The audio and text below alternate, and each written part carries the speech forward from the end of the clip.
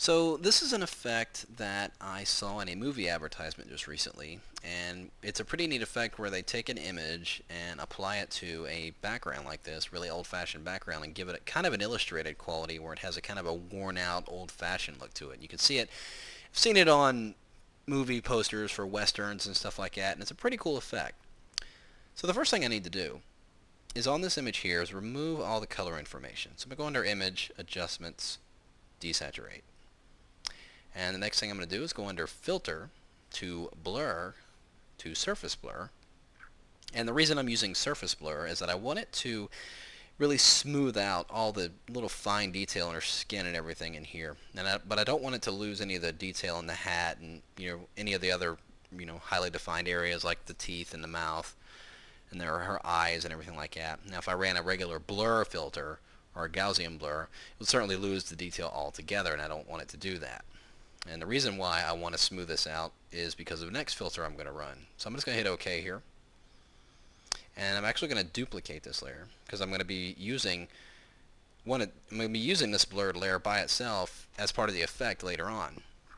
So on this duplicate layer, go under Filter again, and we're going to go to Artistic, Poster Edges.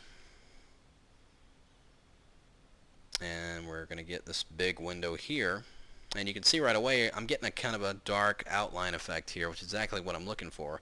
And you can see right here in her face where that smooth blurred area is. If I had left that texture on her skin the way it was, we would have been getting all this grittiness all over her face. And by blurring that image, we were able to avoid that.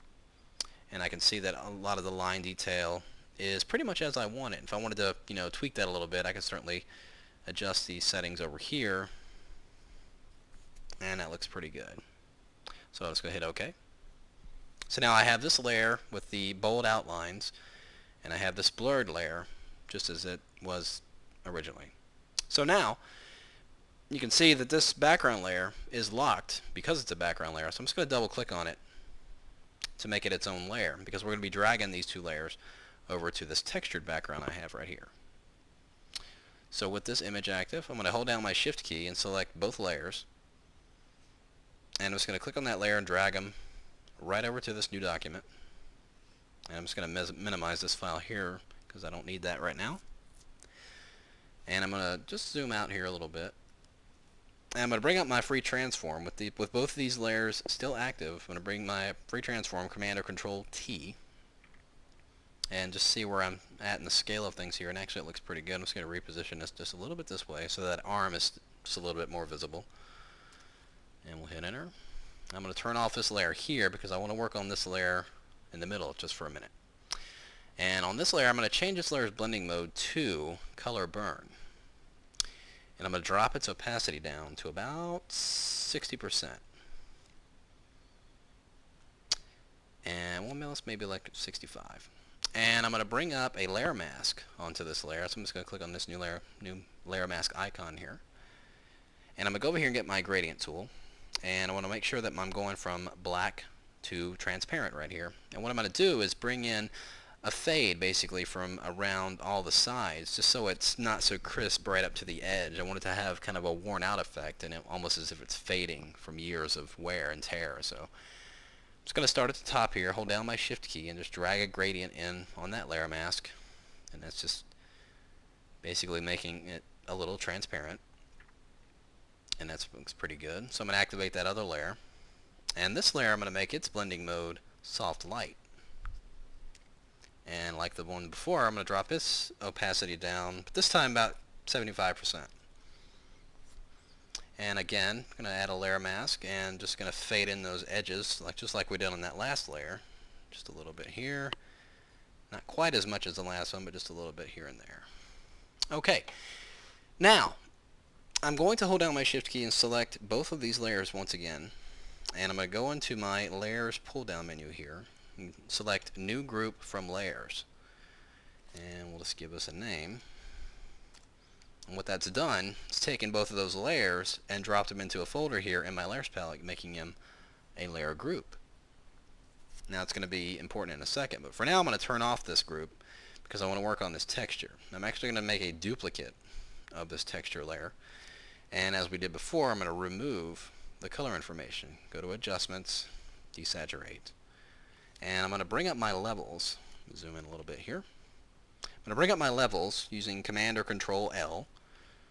And I'm going to push the contrast in this layer way up there so we can really see that texture. I really want to define that texture a lot. Right about like that. Let's do this by pushing those sliders in there. We'll hit OK.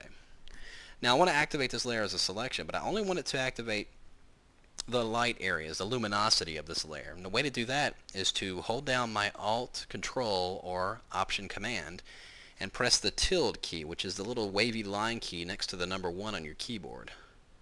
And what that does is activates the luminosity of that layer as a selection. Now I'm going to go ahead and throw this layer away because I'm not needing it anymore.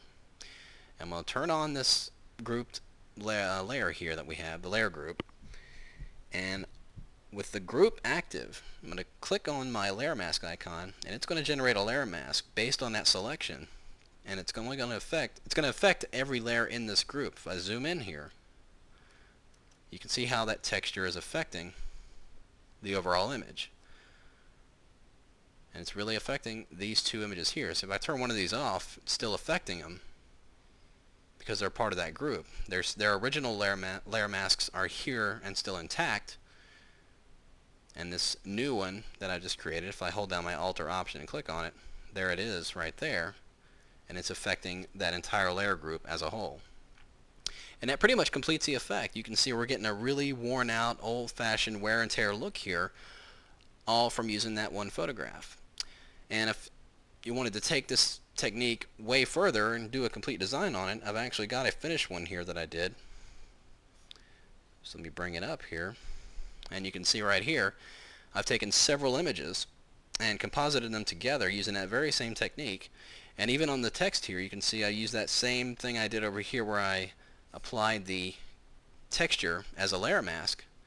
I did that same thing right here on this text to give it a much more old-fashioned look. So you can take the technique and do a whole lot of really creative stuff with it. So I encourage you to give it a try and have fun with it, and we'll see you next time.